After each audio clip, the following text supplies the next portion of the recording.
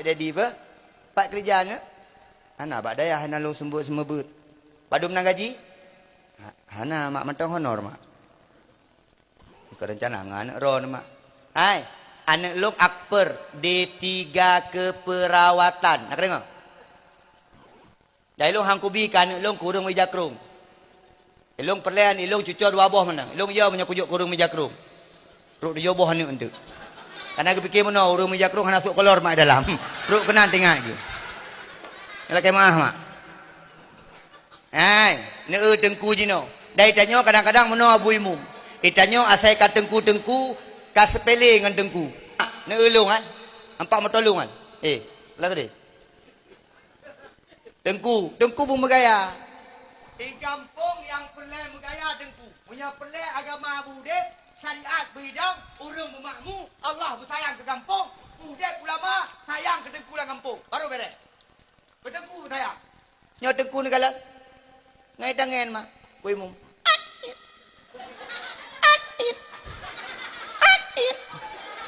Ile mak. Kadang-kadang ngan pespa mesti habu imum khusyuk bacut zuhud tarkut dunia ngan pespa abu lega aduk-aduk hanali igo-igo ka hanali igonya. Cini bayang tengku mak kenang inovare bon. Abu paya pasingu motor yang ge-nya 1,5 M. Abu paya pasingu. Kala pina urang keung Allah tengku fikir dunia, kon fikir dunia. Ego nyan memang na harta, tapi kon ngan dunia. Itanya baru na difi lah boh kalalo tu. Tapi ego nyan ngan na hartanya, guna sampaikan agama Allah. Megaya tengku wajur, tengku mana gaya kenang jas. Nyo tengku kopiah kai coklat kopiah tengku. Nyan kelab ikhlas. Tak kemah Abu Imum. Abu Imum hino 3 jak mendoa rumah meninggal. Padum pasaran. Pasaran biasa ada yang mak. Padum leplu. Menyake bah mendoa groi gini.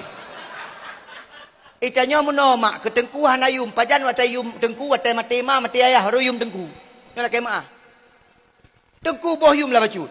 Nya watai meninggal mak baru jak dekat tengku punya kendran semanakan tengku cik drone tengku cik kana jera pegak.